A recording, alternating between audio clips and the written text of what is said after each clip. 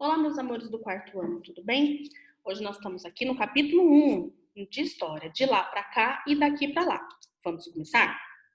Aí, logo no iniciozinho aí, tem um diálogo aí entre o Massaro, o pai dele, e um vendedor aí de uma banca de frutas. Eles falam assim, ó. Por que o senhor deu o nome de Caminho das Índias para a sua barraca? Porque a história dos produtos que eu vendo tem tudo a ver com as Índias. Esses produtos chegaram ao Brasil há muito tempo atrás, vindos de uma região oriental.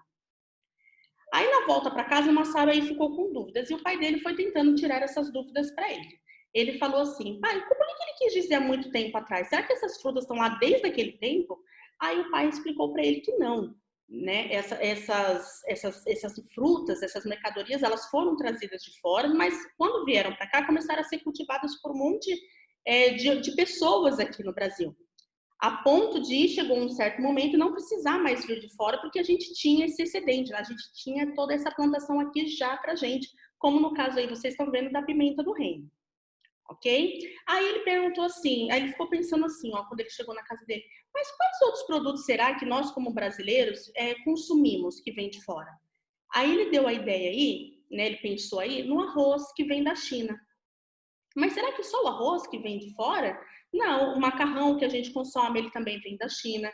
O hambúrguer, né, que nós comemos aí em lanche, né, ele vem dos Estados Unidos. E a pizza, tão famosa pizza aí, e ela vem da Itália. Aí Massaro também descobriu que do mesmo jeito que vem coisas lá de fora para a gente consumir aqui, vão coisas nativas aqui do Brasil, né, que pertencem aqui no Brasil, para fora também, exportados, né, como por exemplo o cacau, o inhame, o açaí, saem daqui do Brasil para ser consumido também lá fora. Circulação de pessoas e produtos desde os tempos antigos. De que maneira os produtos nativos de outros lugares eles chegaram aqui? Essa história ela é bem antiga e é resultado da circulação de pessoas pelo mundo.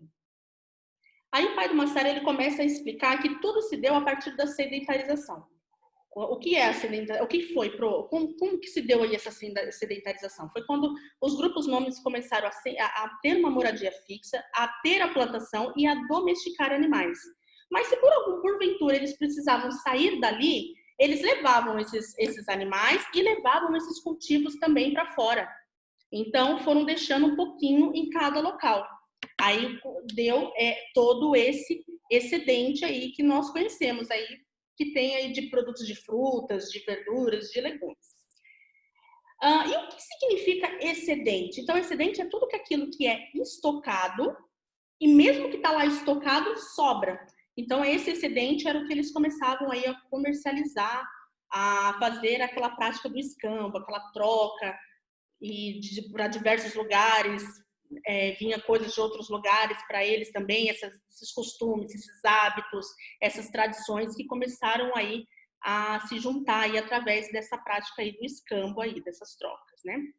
Antigos povos comerciantes. Aí o Massaro ficou pensando assim, quais será esses antigos povos comerciantes? Aí ele mesmo já responde aí no balãozinho dele aí, ó, são os fenícios, os chineses e os gregos, né? Tudo começou aí a partir deles. Aí, conforme Massaro foi lendo aí a revistinha, ele já sabia que ao longo do desenvolvimento aí das sociedades humanas, cada um se adaptou de uma forma. Então, cada sociedade, cada povo se adaptou de uma forma, né? Então, alguns produziam alimentos, outros criação de animais, outros através do comércio, outros já juntava tudo. A criação, agricultura, pastoreio e comércio. Aí o Massaro quis saber um pouco mais desses povos. Aí nós vamos chegar lá nos povos fenícios. Esses povos eram povos que habitavam uma faixa estreita de terra, próximo ao mar Mediterrâneo, na região que hoje em dia é localizada o Líbano. Esses fenícios estavam muito próximos ao mar, né? Então a sua qualidade de terra para poder ter a plantação era muito ruim. Então ele fazia essa parte assim, de comércio no mar. Né? Eles pegavam de local e levavam para outro, eles não tinham tanto deles em si, né? Então o mar Mediterrâneo foi o principal espaço aí de comércio entre os fenícios. Aí chegamos lá nos chineses e os indianos. Os chineses e os indianos, eles são povos que se desenvolveram no continente asiático. Suas principais atividades estavam associadas à produção agrícola, eles sim já faziam agricultura, né? E artigos manufaturados. Mas o que é, professora, artigos manufaturados? São artesanatos, são produzidos manualmente, né? Como a seda, as joias, as cerâmicas, riquezas naturais.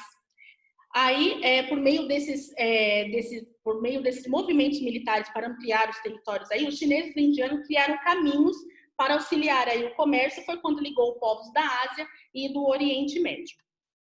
E nós chegamos aí nos gregos e os romanos. Os gregos e os romanos são povos que também habitaram aí a região do mar Mediterrâneo.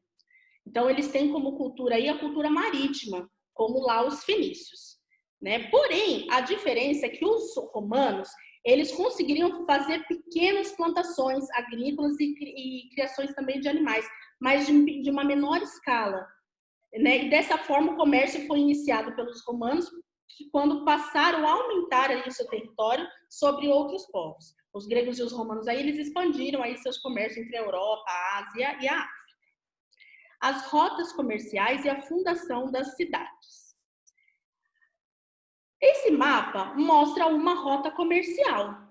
Rotas são caminhos que ligam dois pontos principais aos quais podem estar conectados a outros caminhos e rotas. Qual seria a importância das rotas comerciais? Elas foram muito importantes para eles se localizarem, para eles saberem qual era o caminho mais curto, qual era o caminho que tinha menos dificuldade. Lembra que lá antigamente eles não tinham estradas, então eles tinham que saber qual era o caminho que tinha menos dificuldade, o mais curto, para eles fazerem o caminho, essa junção de comércio aí que eles teriam que fazer. As rotas comerciais eram formadas por caminhos terrestres, marítimos e fluviais. E atualmente, quais são os tipos de caminho por onde transitam pessoas e mercadorias? Por esses mesmos caminhos. Ainda temos os caminhos terrestres, marítimos e fluviais. E eles têm ainda hoje a mesma importância aí que no passado. Lembrando aí que fluvial, ele é associado aos rios, tá? Marítimos aos mares, fluvial aos rios. E hoje em dia eles têm a mesma importância que tinha antigamente, que era de transportar pessoas, transportar mercadorias e fazer todo esse tipo aí comercial, toda essa parte comercial. E ao longo aí das rotas, né, surgiram várias cidades que se beneficiavam aí desse trânsito de mercadorias, que por ali passavam. Algumas cidades ficaram conhecidas como cidades dormitórios, onde eles paravam para dormir, para descansar os animais.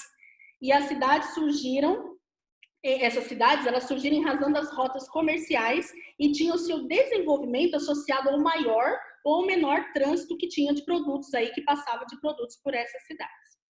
E chegamos aí no finalzinho, a Rota da Seda.